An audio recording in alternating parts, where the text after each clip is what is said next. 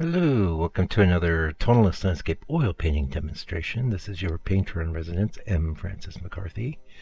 And the painting I'm bringing you today is called By the Sea. It's a 3.5 by 3.5. I painted it, well, way back in October. It doesn't seem that long ago, but, you know, in a way it does, kinda.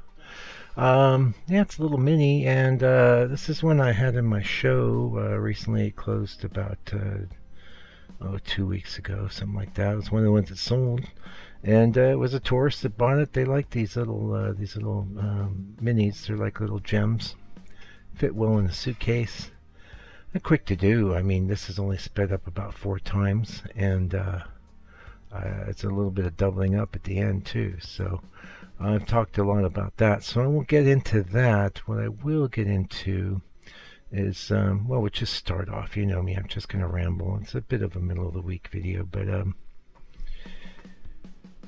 I was looking at my feed on YouTube, and there was some artist that said, you know, #1 tips for your painting, and the main tip he had in the thumbnail was great tip: use less white. And that's occurred to me. It's not something I talked about much.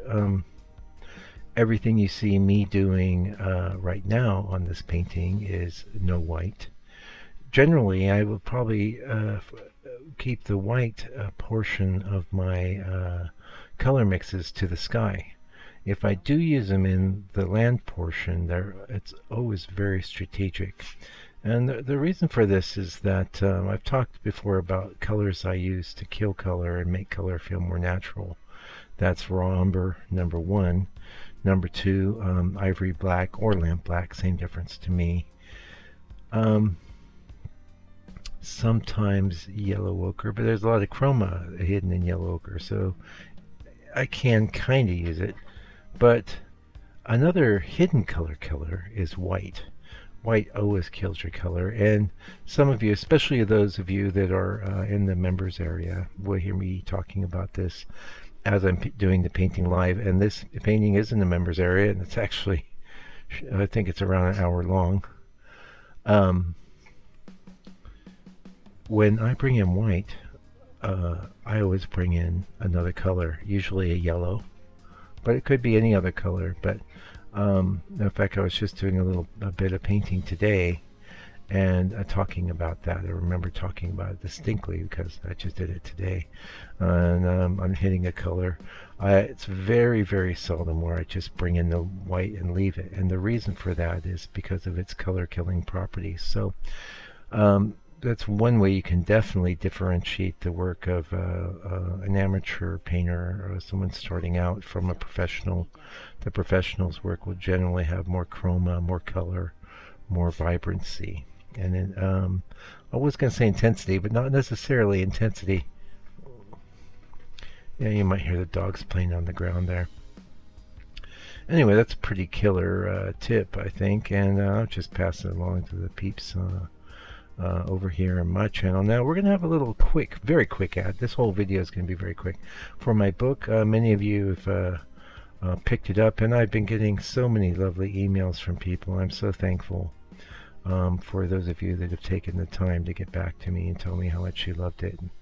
You know, it's very interesting that I put everything I had into the book, but still I didn't know how it would be received, how it would work for people as far as teaching them about painting. And I'm so gratified to hear that people have been getting great results using the book and following. Like some of what you see flashing by is there's about 11, 12 demos in there, and in a way it's kind of similar to the videos, but maybe in a really better in some other ways, because you can go back to it and refer to it, look it up, say, oh, didn't I see that, hear that tip, and you can bring it to bear into your own work and your own journey.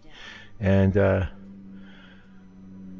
wow, you know, I had a couple really good books starting out. I highly recommend. We talked about the white, so we're going to talk about this a little bit.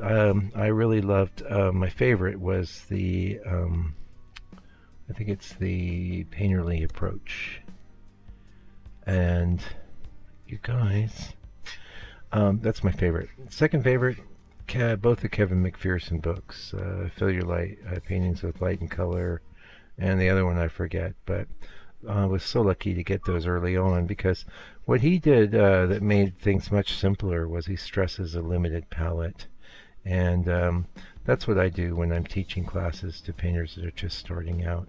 I personally don't love painting with a limited palette. I have every color that's on my palette is there for a strategic reason. What I tend to do is when I'm setting up my reference, I tend to narrow the range of colors that I'm going to be using in any given painting. I find a section of the color wheel, and usually maybe an analog or something across from it, and I'll go with that. Like this one, we've got brown, blue, orange, right? And then of course off-white, yellow, cream. Yeah, you could even pull that into the orange realm, and that's it. I didn't bring in any green. I didn't bring in any purple. I didn't bring in any strong reds, right? So I'm working in that limited range, and that's really, in a lot of ways, so much what tonalism is about. It's about having certain constraints and working within those. And those constraints can be narrow or broad, but there's always some sort of constraint. Really would you wouldn't call a piece tonalist to that had every color under the rainbow and really intense chroma. That would be like a Fauvist piece, or like the kind of stuff maybe that well, I'm going to say Van Gogh, but he had a very advanced sense of color. He almost never used every aspect of the color wheel in any of his works, but he certainly did display a lot more chroma and a lot more intensity in his color than you would get with just your standard sort of toneless approach. Yeah. So the scene, I should say, is based on a pictorialist photo. I'm not actually sure if it's a antique one or a modern one. Hopefully I made enough changes that the photographer won't mind if I did. I like this kind of scene because this may or may not have been New Zealand that was in the photo, but it's very reminiscent of the heads we have out here, and so probably no doubt one of the reasons it's sold. That kind of thing does well here. And of course we're all trying to make a little do-re-mi with our work, although you know, as we're finishing up the video, those of you that have made it this far, and I really appreciate you, don't ever let money be the driving force behind your work unless you are a commercial artist. And I was a commercial artist for 13 years full-time, and I really wouldn't want to go back to that. I would rather make my money some other way and keep my joy and love for art intact, you know.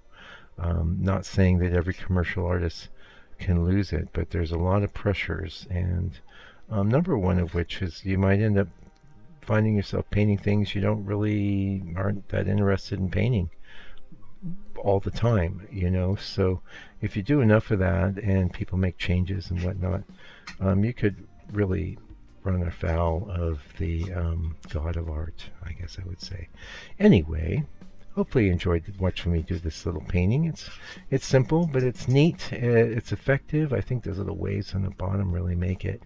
And yeah, until I come back with another video for your edification, hopefully for your edification and enjoyment, do me a favor, do me a solid, take good care of yourself, your family, all your loved ones, and, you know, give one of your family members a hug, or give one of your friends a hug today.